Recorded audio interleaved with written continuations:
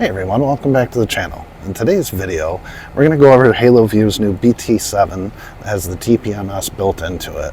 The nice thing about this system is you'll get rid of one of your screens that are cluttering up your dash. It's basically a 2-in-1 unit. I did have them send me enough sensors where I can monitor all the tires in the truck, all the tires on the trailer, the spare in the truck, and the spare in the trailer. I'll be able to see this all on one screen. It's basically getting rid of one of the screens you have on your dash. Now, I'm not one to put a lot of products on the channel or anything. This was one of the ones, they'd reached out to me before about a different system. This one's worthwhile. This is something I would spend my own money on. So we're gonna install this. I'm just gonna give you a basic install video and give you a review of what I think and how it works out. So we'll get into opening up the box here and see what's in. Okay, so here's the camera.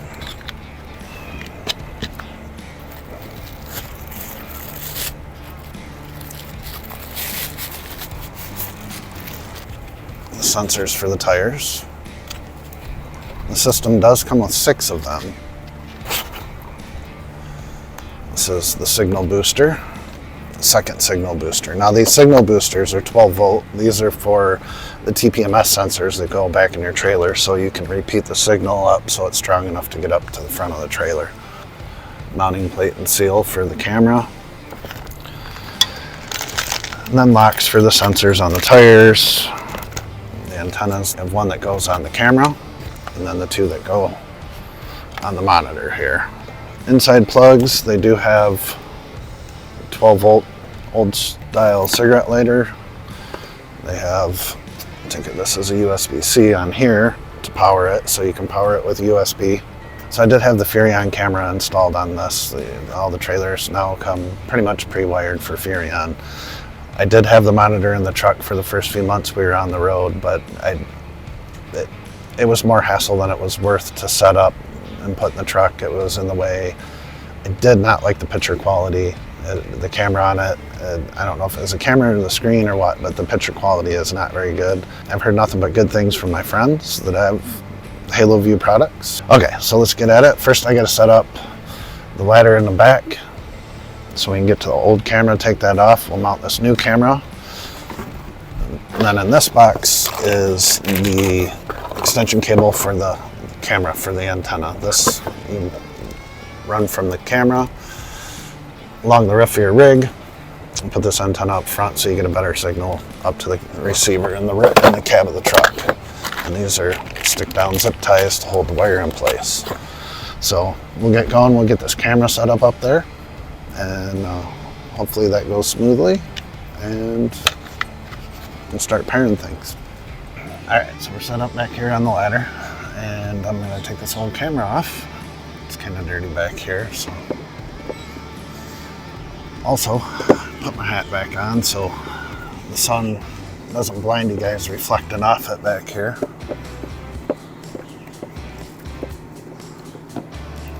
The thing that I'm worried about doing this is covering the old screw holes with the new system.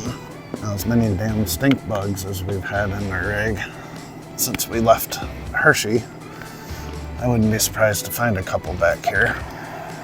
It's basically this just a jumper.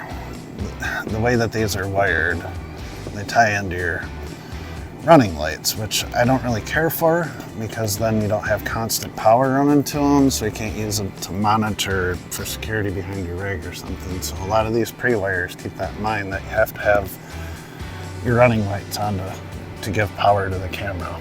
Alright, so I'm gonna go grab the new camera and just kind of test fit here before I clean all this up.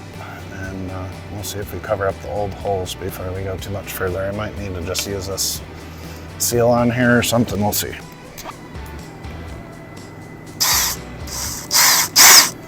Alright, so I'm gonna go grab the antenna. We'll run that extender across the roof and get that all set up, and then we can pair the camera and we'll go from there. Actually, I should have paired it before I did this, but oh well.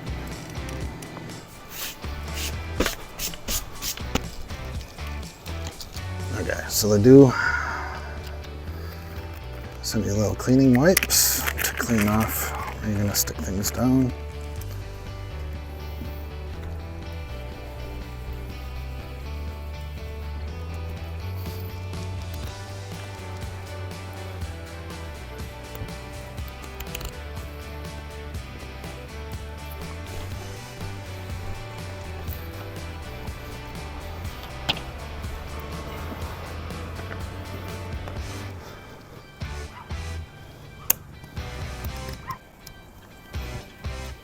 Okay, so I'll give you a little view here.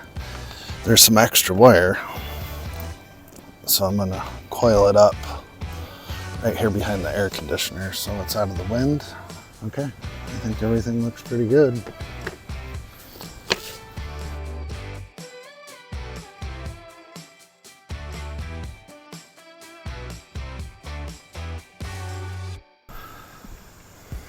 I put the extra wire behind the AC there. Then we come back and over to the camera. Okay, so we got the camera on. So had to get some power here to power up the monitor, and I'll show you a trick since I do need to have the lights on to power the camera. There's a trick that you can do here.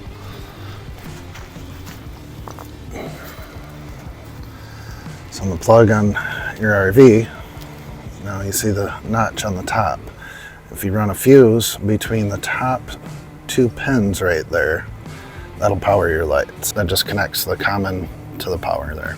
So you can see lights are on, fuses in there. So the camera itself is a pretty easy install. Like I said, I got to use the existing holes back for the camera, so that made it pretty easy. So now I'm going to go around and install all the TPMS sensors. First I got to sit here and put the batteries in. I'm not going to bore you guys with all of that until I get to actually installing them on the tires. Okay, I did ask them to send me enough sensors. You can buy a 2-pack or a 4-pack of extra sensors. One of my things that I wanted with this was to be able to monitor all the tires at once. So I wanted to be able to see the spare tire pressure, all the tires on the truck, all the tires on the trailer. So we just got to open these up, slide one of these batteries in. Yeah, sit here and do 12 of them. All right, now I'm gonna do something that I'm not supposed to do as a guy. Let's read the directions. So now we gotta pair all these as we install them.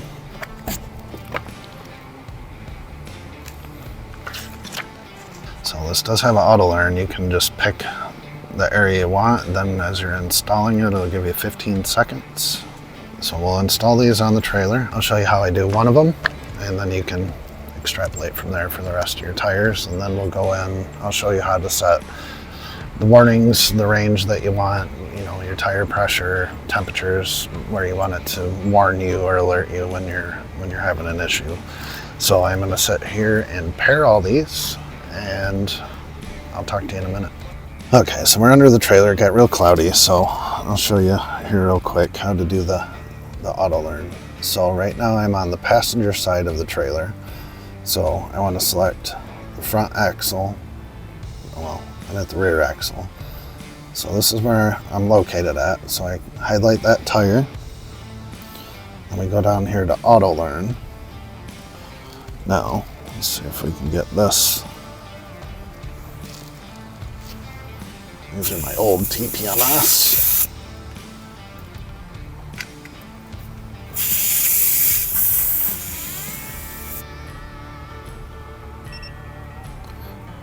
Now beeped. Let's see. Get it back in there. So it beeped. Now it's reporting tire pressure and the temperature. So now I just need to go around and repeat those on the rest of the tires here. So we got 4 on the trailer. I am not going to climb under there and do the spares right now because the ground is littered with acorns and I don't want to lay on them. But I will pair all these and then we'll get back to you in a minute.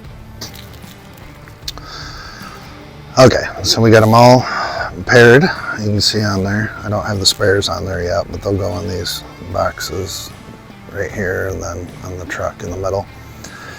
So we'll get the firmware update on the monitor here, and I'll install the repeaters. Unfortunately today the clouds rolled in and it looks like it's going to rain, so we'll finish this up tomorrow and we'll show you what it looks like going down the road. Okay, so we're sitting here parked in the truck. I wanted to show you guys real quick You can change between Fahrenheit and Celsius by clicking right there. Like I said, to hit auto learn, you just hit the box there.